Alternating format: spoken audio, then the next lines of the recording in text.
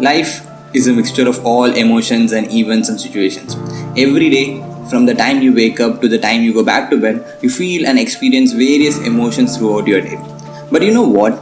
This is exactly what makes life worth living. This is exactly what makes life interesting. The Subtle Art of Not Giving a F by Mark Manson is one of the most influential books and will help you correct your view of the world and take responsibility for everything that happens to you, either good or bad.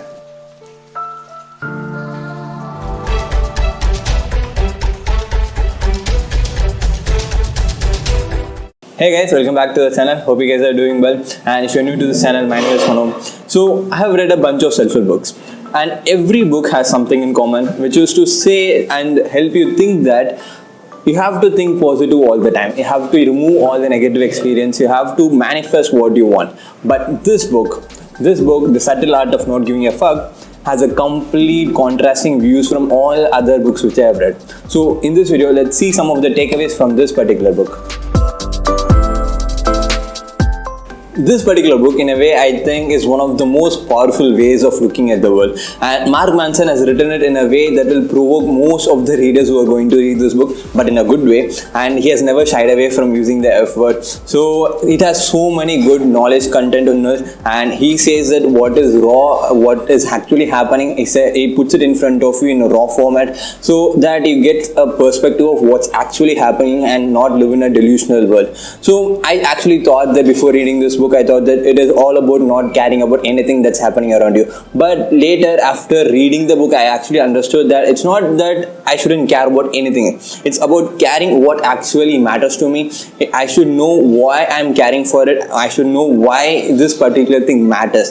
So I should define my own values first of all before caring about anything. And knowing whatever values are it will give us a perspective towards what actions we take in our life. So for most of the people, most of us, the cultural definitions of success, like having a luxurious car, having a luxurious house near the beach, so all these terms of success might not suit for us. It might not cohere with our own definitions of success, our own values actually. So knowing what your values are, knowing what our values are actually is one of the ways to live a better life.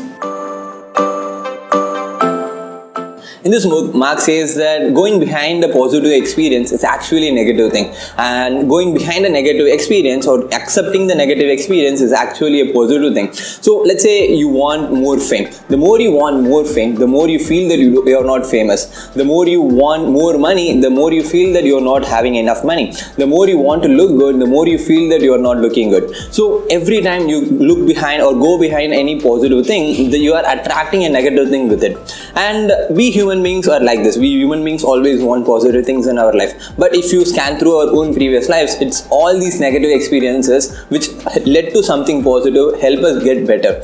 And see it this way, like we human beings lived through thousands and thousands of years and we lived all these generations. But it says that we accepted the suffering, we've gone through all the suffering. That is why the particular reason why we are here today. That is the reason why we are the most evolved creatures in the planet. We accepted the sufferings, we gone through it, we evolved and we got better. So knowing that these negative experiences lead to something positive is one of the positive experiences actually. So let's look at it this way. You know that you have a problem, but you don't know the solution to solve the particular problem. Will you be happy about that? And I think you will not be. But you know you have a problem and you know you have a solution to solve the problem and you solve the problem. So this process is actually what brings happiness to you. This is actually makes us get better. And this negative experiences, the problem itself is a negative experience, right? And solving these negative experiences, accepting it is actually brings you happiness.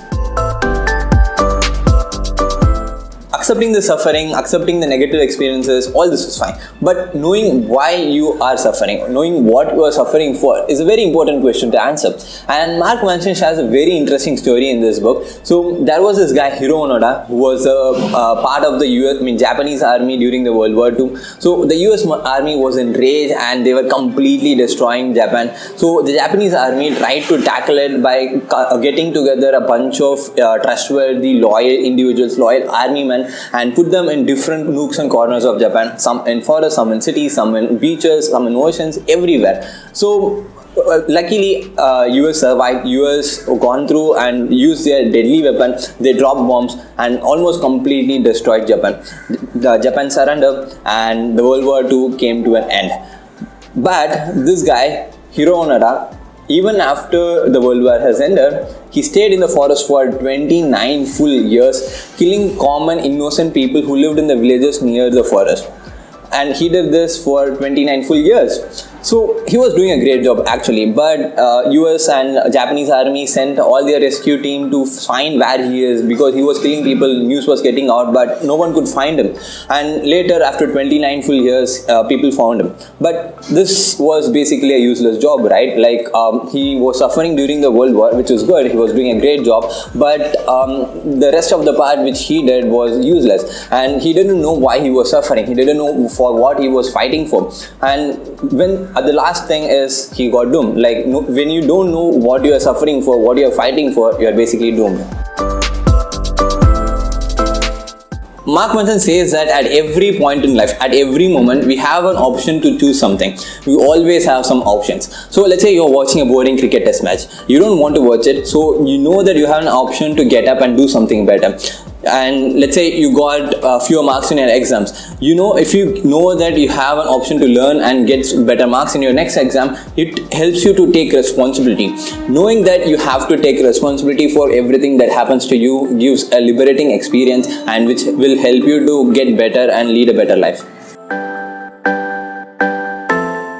Apart from this, later he talks about relationships, he talks about the art of saying no, and finally finishes the book with a chapter on death. So Mark Manson says that understanding death, acknowledging death, and experiencing death so close to you is one of the most liberating and powerful experiences you could have. It will help you to know what you really care about and what your true values are. This is like one of the Stoic philosophies, where they say that knowing that we all gonna die is one of the most powerful things we can use to help us get better and make our situations better. And Steve Jobs also said in one of his, in his Stanford talk, that death is one of the best inventions of life.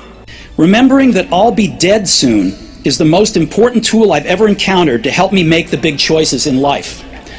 Because almost everything, all external expectations, all pride, all fear of embarrassment or failure, these things just fall away in the face of death. No one wants to die. Even people who want to go to heaven don't want to die to get there. And yet, death is the destination we all share. No one has ever escaped it. And that is as it should be, because death is very likely the single best invention of life. You know, I've always felt that death is the greatest invention of life. This is one of the very interesting books to read. It puts everything in front of you as it is and not in any delusional way. I would highly recommend this book to anyone who feels that their life is full of negative experiences. They want all the fame, anyone who is being narcissistic. So everyone who feels some kind of lowness in their life can actually genuinely read this book. It has so many valuable raw facts which you can understand and make use of it in your life. So I will highly recommend this book to everyone who is going to read. So that's it for me today. Thank you so much for watching. If you enjoyed this video, consider subscribing to the channel and liking this video. Share it with your friends if you want to, and I will see you guys next time. Bye bye.